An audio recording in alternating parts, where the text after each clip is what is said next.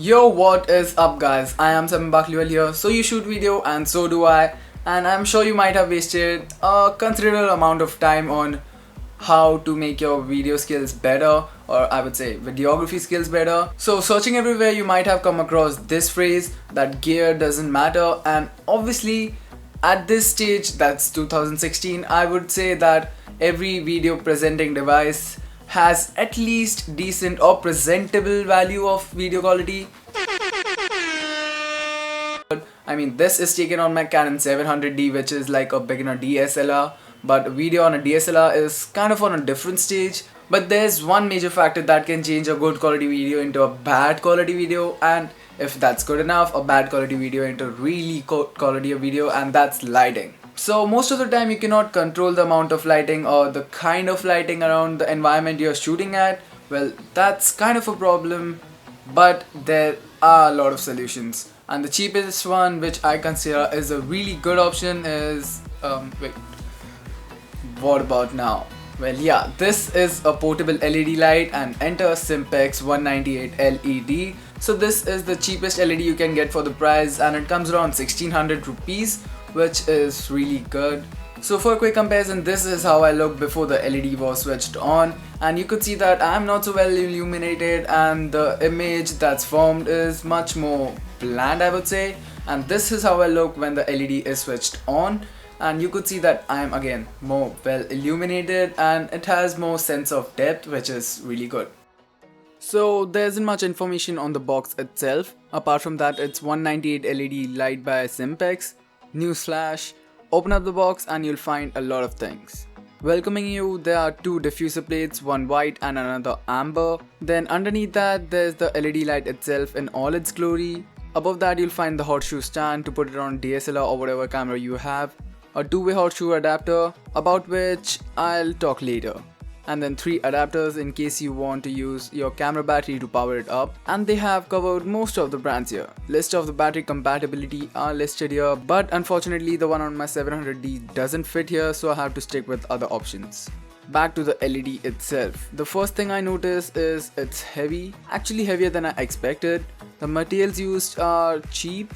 With a full plastic body, it was kinda expected, which also makes it a bit flimsy, but on the contrary, it's actually not so cheaply made. I mean, it's robust enough to resist my mishandle, and it's actually staying in shape, at least till now.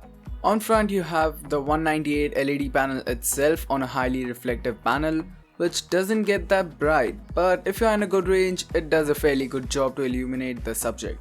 On all the 4 sides, you have the horseshoe mount for any desired mounting option, even portrait. All this also lets you to connect multiple LED panels, 1, 2, 3, 4 and so on, and that's where this multi-horseshoe adapter comes in. At the rear, you have a knob to adjust the brightness, which is very essential.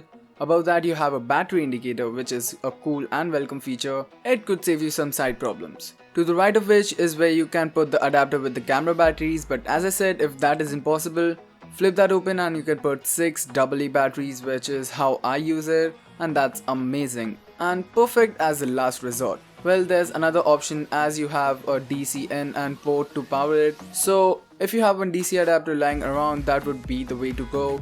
Enough. So setting it up is again a bit flimsy. The horseshoe stand is well stable, but adjusting it is a bit of a pain.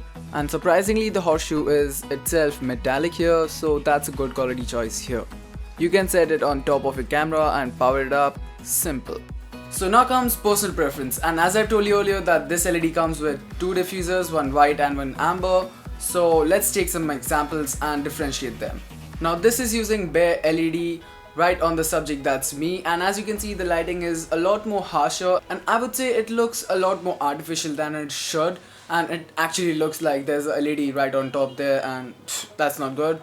So now the harsh part is fixed, I would say, cause I've used the white LED diffuser and now it's a lot less harsher, but I'd still say that it still looks artificial. I guess it's the white kind of effect. It looks like there's a LED up there. So, and now this is the amber diffuser, and this is actually what I prefer because the situation is whole better lit and it's a lot less brighter, I would say, but it's a lot less harsher on the subject, that's me. And the frame is a lot more warmer, which is actually what I prefer, and it's also a lot less artificial. So talking about that, here are all the options: on, off, with diffuser, no diffuser, and everything like that. Let me know in the comment section down below which is the best according to you. So yeah, that's all about the SIMPEX 198 LED panel. And yeah, obviously there are a lot better company LED panels in the market out there. Costlier but better. I leave links down below for this particular one. But talking about that, this LED light is cheap.